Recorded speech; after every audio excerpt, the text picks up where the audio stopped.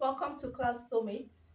So today we're going to be looking at how to make the beautiful gown we saw on the thumbnail. So this particular lace is what we're going to be using. This is a very old lace.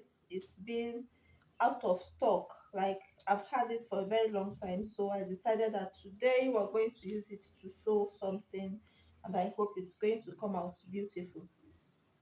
Um, okay, so this is what we're going to use for the making. To begin with, we're going to draft the lower parts of what we're going to make, the gown that we're going to make. So the lower part is going to have a slit in front and a little bit of flare, just very small because this is 2.5 yards, so it's quite very small. So without wasting time, we begin with the length of the skirt, which is going to be joined to the blouse.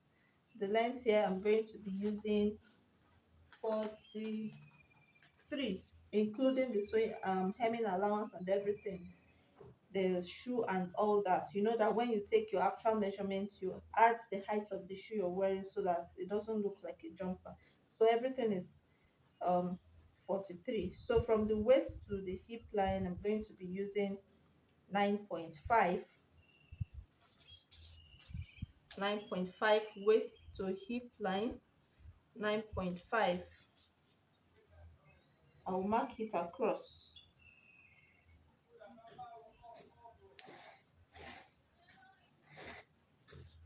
Okay, I will equally mark from waist to knee line.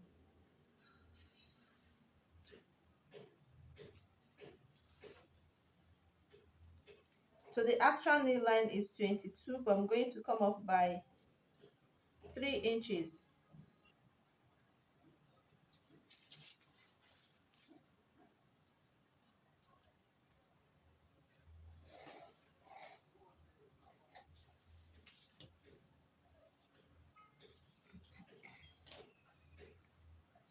So here I have the hip line and the knee line and the length of the skirt that we're making, which is going to be attached as a gown.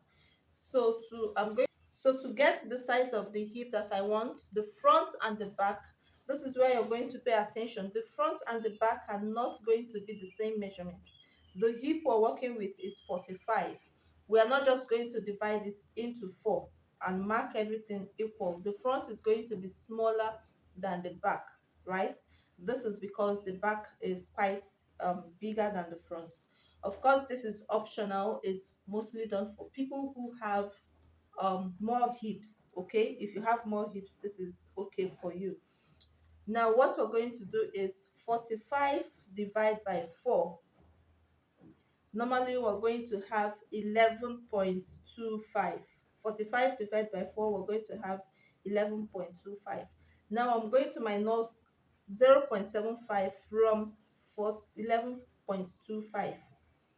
0.75 minus it from 11.25, which is your hip divided by 4, and that is going to be giving us 10.5, right? So for the front, this part is going to serve as the front. For the front, I'm going to mark 11.5, 10.5 rather, 10.5. And at the back, I'm going to be marking 12. I hope you understand what we're doing. I'm going to be marking 12. Okay, so let me take that again. The hip we're working with is 45. 45 divided by 4 is going to give us 10.25. Now we're minusing 0.75, which is 3/4, from the 11.25, and it's going to give us 10.5. Now add the same 0.75 to the back of 10.25, and it's going to give us 12.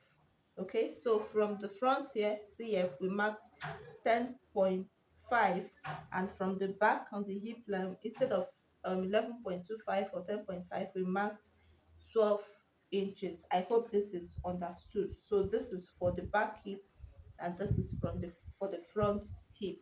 So I'm going to go over to get my waist measurement, which is just going to be the same. Waist is 34, and that is 8.5. At this CF, I'm going to come down by 1 inch, and I'll connect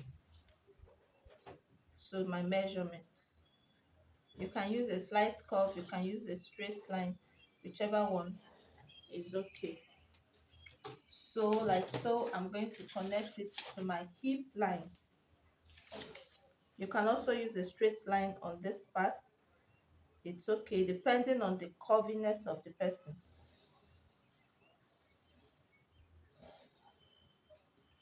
So this is for the front, and we're equally going to work on this part for the back. So for the back, I'm going to go in by 0.75, and my measurement is going to start after this 0.75, right? So my actual measurement is 8.5. I'm going to add 1 inch for that. Note that the front, I did not add any dots. I don't usually do that for the front, except it's optional. I just decide to do. So I'm going to connect this way, right? And at this part, I'm going to connect it to the hip line.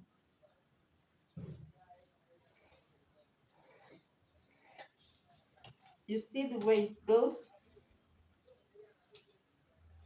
So because this is a gown, I'm not going to be marking the dart line at this point. I'm going to align it together with the upper part so that the two of them will be on the same line. So basically we're done with the upper part, and we're going to move over to the hip, to the knee line. So for the knee line, I don't want to do so much. On this knee part from the center back, I'm going to go in by 0.5 to tighten the back knee. I'm going in by 0.5,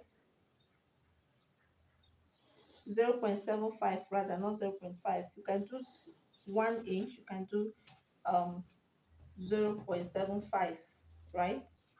So from here I minus 0.75. From this line I'm going to come in by 1 inch. So altogether I'm minusing 0.75 from the back hip to get my knee measurement. So I'm going to be marking 10.5 from the start of this line. If you think this is too much, you can just minus 1 inch on from front and the back. I'm just going to curve this way and then use a straight line to complete the line. So at the front hip line, I have 10.5, and the knee line, I'm going to be marking minusing 1.5 from it. So instead of 9.5, I'll mark 9 inches. 1.5 from the front, 1.75 from the back. The reason is because this hip has a hip padding attached to it, so the knee is quite smaller than this. So if you're using your actual knee, you can do one actual hip, you can do 1 inch from here, minus 1 inch from the hip, and this part also minus 1 inch, which is half half, or 0.75 on both sides of the knee. I hope you understand. So I decided to increase the back to 10 inches while the front remains 9 inches. Now putting these two together, I'm going to have 38, which is the round knee circumference using the step guide. Okay, I believe you've watched the video. In case you've not watched video on how to get your knee circumference using the step guide formula. Okay, so whatever I have here, I'm just going to rule it down, and we're done with the skirt.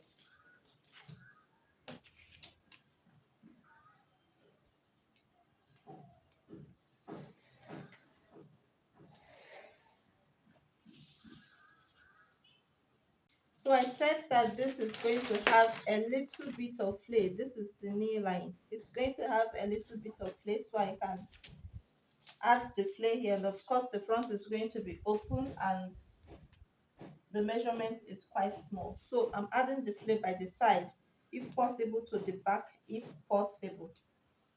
So I'm going to be adding just 2 inches, just 2 inches, both front and back. And it's going to flare out from the knee.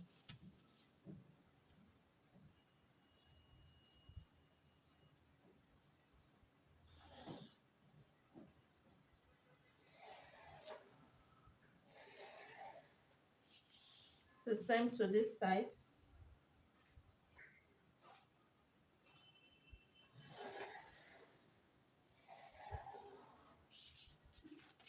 So this is what we're going to use to cut the skirt. So here I've cut and transferred to fabric for both the front and the back. Okay, so this is what we have, front and back together with the lining, that is the underlay. I used a Duchess. You can also use Duchess or satin for the lace underlay.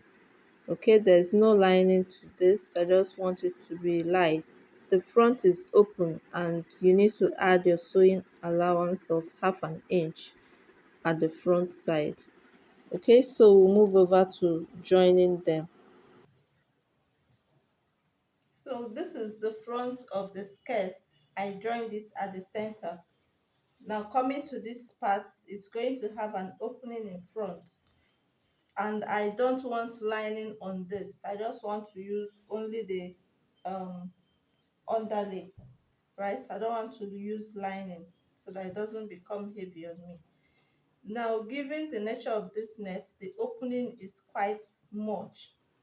I do not want to use the lining to turn it. It's going to be showing outside. So I decided to, after joining up to the part I'm going to keep open, I folded the other part, as you can see from inside, from the outside. I folded and sewed, stop stitched on it very neatly. It doesn't have any rough edge. Okay, down to the end, and also this part too, I folded it. So here is taken care of. Now the next thing I'm going to do is to join the back side by side, right? And then we'll move over to the front part of the skirt.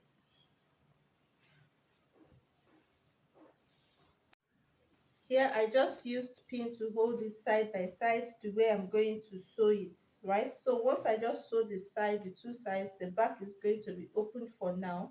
I will leave it at that and then prepare for the upper parts. Okay, so thank you for watching. In another video, we're going to prepare the upper parts. Please subscribe if you've not done so.